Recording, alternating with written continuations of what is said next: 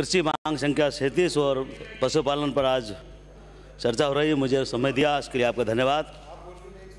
कृषि का बजट शानदार है और माननीय मुख्यमंत्री महोदय ने प्रदेश के किसानों के लिए शानदार सौगातें दी हैं और किसान को उठाने के लिए, किसान के कल्याण के लिए, किसान की आमदनी बढ़ाने के लिए, किसान की खुशहाली के लिए जो बजट पेश किया, इसके लिए मैं बुरी बुरी प्रशंसा करता हूँ।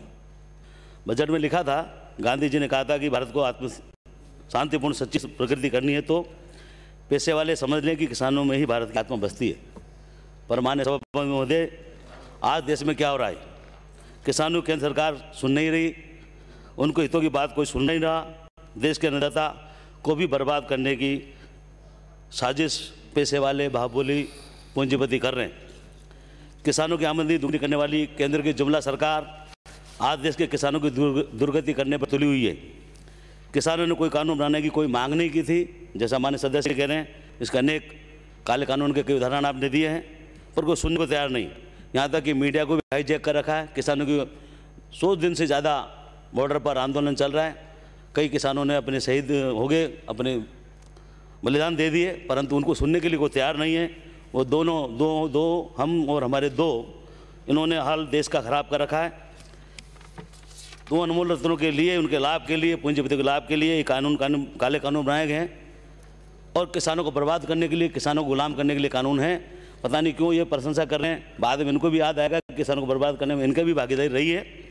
आज दिल्ली के बॉर्डर पर लाखों किसान आंदोलनरत हैं, पर उनकी कोई सुन रहा नहीं है। केंद्र की गूंगी बेरी सरकार किसानों की सुध नहीं ले रही। मैं आग्रह करूंगा सदन से कि हम संकल्प लें और सर्वसम्मति संकल्प लें कि इन किसान के विरोध के जो कानून हैं इनको वापस पुनर्विचार करके इनको वापस लेने का काम करें।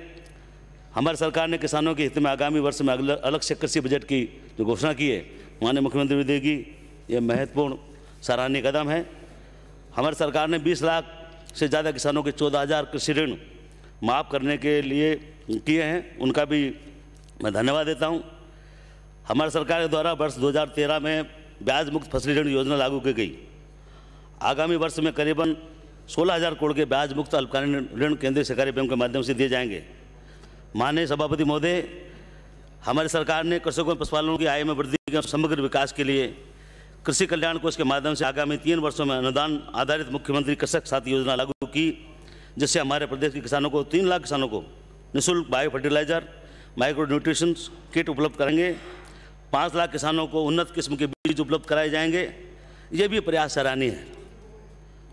माननीय सभापति महोदय, सिंचाई हेतु 1,20,000 किसानों को स्प्रिंकलर व मिनी स्प्रिंकलर दिए जाएंगे। प्रदेश में ड्रिप एवं फव्वारा सिंचाई प्रणाली हेतु आगामी वर्षों में लगभग 4,30,000 हेक्टेयर क्षेत्र को सूक्ष्म सिंचाई के तहत लाया जाएगा। प्रदेश में फार्मर प्रोड्यूसर और ऑर्गेनाइजेशन FPO के गठन हुए सुदृढ़ीकरण करने, किसानों को उनके उत्पादों को उचित मूल्य दिलाने के लिए ये गठन किया जा रहा है। इसके लिए 2,000 करोड़ व्यय होंगे। ये भी हमारे किसानों की बेहूदी के लिए, खुशहाली के लिए एक बहुत महत्वपूर्ण कदम माननीय मुख्यमंत्री महोदय ने उठाया है। माननीय सभापति महोदय, माननीय मुख्यमंत्री ने कृषि जिनसों के उत्पाद के व्यवसाय व निर्बाध को बढ़ावा देने के लिए 10 जिलों में मिनी फूड पार्क बनाए जाएंगे, ऐसा घोषणा की है।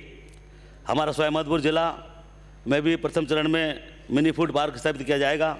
मैं माननीय मंत्री महोदय और मुख्यमंत्री महोदय से आग्रह करूंगा कि सवाईमाधोपुर में मेरा खंडार क्षेत्र कृषि आधारित क्षेत्र है और बागवानी काफ़ी होती है। यहाँ पर टमाटर, अमरूद और मिर्ची का बहुतायत उत्पादन होता है। मेरा आग्रह है कि मिनी फूड पार्क खंडार में खोला जाए ताकि हमारे क्षेत्र के किसानों को इसका लाभ मिले। किसानों को और विशेष तौर सेवाएं देने के लिए राजीव गांधी सेवा केंद्र खोले जाएंगे। 1,000 किसान सेवा केंद्रों का निर्माण कराया जाएगा। ये भी किसानों के लिए एक महत्वपूर्ण प्रयास है। इसके लिए भी मैं मंत्री महोदय आपकी और मुख्यमंत्री महोदय की प्रशंसा करता हूँ। माननीय मुख्यमंत्री महोदय ने BPL छोटे घरेलू उपभोक्ता एवं समस्त कृषि उपभोक्ताओं को बिजली के बिल प्रत्येक माह के बजाय 2 माह में भेजे जाएंगे, ऐसी घोषणा की है। ये भी किसानों के हित में एक शानदार प्रयास है। मैं इसका भी आभार व्यक्त करना चाहता हूँ। माननीय मुख्यमंत्री महोदय ने किसानों को निरंतर बिजली मिल सके, इसके लिए 50,000 किसानों को सोलर पंप उपलब्ध कराने की घोषणा की है तथा 50,000 किसानों को कृषि विद्युत कनेक्शन दिए जाएंगे, इसकी घोषणा की। ये भी किसानों के कल्याण के लिए, उनकी खुशहाली के लिए एक प्रयास है। इसकी मैं सरकार की प्रशंसा करता हूँ। हमारी सरकार ने बस्सी, जयपुर में डेयरी महाविद्यालय एवं डूंगरपुर, हिंडोली व हनुमानगढ़ में नवीन कृषि महाविद्यालय खोलने की घोषणा की है। मैं माननीय मुख्यमंत्री महोदय से और मंत्री जी आपसे आग्रह करूंगा कि खंडार क्षेत्र हमारा पिछड़ा क्षेत्र है, डांग क्षेत्र है, कृषि आधारित क्षेत्र है और वहाँ पर आपका हॉर्टिकल्चर का बहुत बड़ा केंद्र है। मेरा आग्रह है कि वहाँ भी एक कृषि महाविद्यालय खंडार में खोलने की कृपा करें ताकि मेरे वहाँ के युवाओं को कृषि संकाय पढ़ने का मौका मिले और उनको कृषि से जोड़ा जा सके, उनकी आत्मनिर्भर बनाया जा सके। प्रदेश में पशुपालकों हमारी गौशालाओं पशुपालकों व हमारी गौशालाओं उनके घर पर ही गौशालाओं में आपातकालीन पशु चिकित्सा उपलब्ध कराने तो 102 मोबाइल वेटरनरी सेवा शुरू करने की जो घोषणा की है। मैं माननीय मुख्यमंत्री महोदय की इस जीव दया की करुणा भाव को मैं प्रशंसा करता हूं। कोविड की महामारी के दौरान भी इंसानों को भूखे मरने नहीं दिया और ना ही भूखा सोने दिया। उसी प्रकार पशुओं गायों के लिए भी समुचित खाने के चारे की व्यवस्था की गई। माननीय सभापति महोदय, प्रदेश में पशु चिकित्सा सुविधाओं के विस्तार किए जाएंगे, ऐसा इसमें वर्णन किया गया है। इस बजट की प्रशंसा करता हूं कि पशुपालन में भी आपने काफ़ी जोर दिया है। वर्तमान में संचालित 200 पशु चिकित्सा उपकेंद्रों को और 198 पशु अस्पतालों को पशु चिकित्सालय में कर्मरत करने की आपने घोषणा करी है। मेरा आग्रह है खंडार क्षेत्र बड़वाड़ा चौथ का बड़वाड़ा उपखंड में 1 मिनट में समाप्त करें। 2 मिनट लूँगा। 2 मिनट समाप्त करें। पशु चिकित्सालय कर्मरत करने का मैं माननीय मंत्री से आग्रह करूँगा। पशु चिकित्सा के सेवाओं को सुदृढ़ और आधुनिक बनाने हेतु प्रत्येक चिकित्सालय में राजस्थान पशु चिकित्सा रिलीफ सोसाइटी गठन किया जाएगा। ये भी एक सराहनीय प्रयास है। प्रदेश में सभी जगह संचालित गौशालाओं में नंदी गौशालाओं को समुचित अनुदान दिया जा रहा है। गायों की सेवा की राजनीति वाली पार्टी समझे, यहाँ हमारे प्रदेश में सच्ची गौ सेवा हो रही। पंजीकृत गौशालाओं को घरेलू दर पर विद्युत कनेक्शन दिए जाएंगे। ये भी एक बहुत बड़ा अनूठा प्रयास है और ये सच्ची गौ सेवा है। प्रदेश के प्रगतिशील किसानों की तरह प्रगतिशील पशुपालकों को राज्य स्तरीय पशुपालक सम्मान समारोह आयोजित करके सम्मानित किया जाएगा। ये भी पशुपालकों के लिए एक शानदार सौगात है। हमारे प्रदेश के ग्रामीण क्षेत्र के बेरोजगार भाइयों को आत्मनिर्भर बनाने के लिए माननीय हमारे देश के प्रधान सेवक ने मन की बात को मैं आज साझा करना चाहूँगा ताकि हमारे प्रदेश और देश के युवाओं को रोजगार देने और आत्मनिर्भर बनाने हेतु हमारे युवा कामयाब हो सकें। मेरा तो मानना है कि जैसा प्रधान सेवक चाहते हैं कि आत्मनिर्भर बने, लोकल फॉर वोकल बने, तो गायें पालें, भैंस पालें, बकरी पालें, मुर्गी पालें, मछली पालें और अपना आत्मनिर्भर अपना व्यवसाय प्रारंभ करें और बाद में गायें पालकर पोल्ट्री पालकर अंडे बेचें शहर में आकर ताकि वो आत्मनिर्भर बन सकें और गाय के गोबर से गैस बनाएं ताकि महंगी गैस का कल्याण ये मामला ख़त्म हो। महंगी बहुत गैस होगी साहब, 900 रुपये की सिलेंडर होगी, कोई भरा नहीं पा रहा। वो उज्ज्वला के जो सिलेंडर है लोगों ने ताक पे रख दिए, लोगों ने उसको काट के सिलेंडर सिगड़ी बना ली।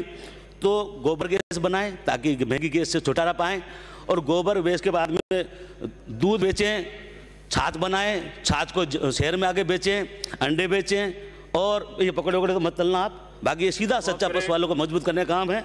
और श्री कालूराम गाय का मूत्र बेचें, वो बाबा की दुकान पे बेचावें और अपने आप को मजबूत बनावें और अपने आप को आत्मनिर्भर बनावें ताकि देश के युवाओं का सपना साकार हो सके। और हमारे प्रधान सेवक चाहते हैं कि हर आदमी आत्मनिर्भर बने, तो गाय का गोबर बेचें, दूध बेचें, गाय के गोबर से पेस्ट बनाएं, पेंट बनाएं और बाकी बचे जो मूत्र बेचें बाबा रामदेव जी को और बाकी आत्मनिर्भर बने। जय हिंद, जय श्री राम। माननीय सभा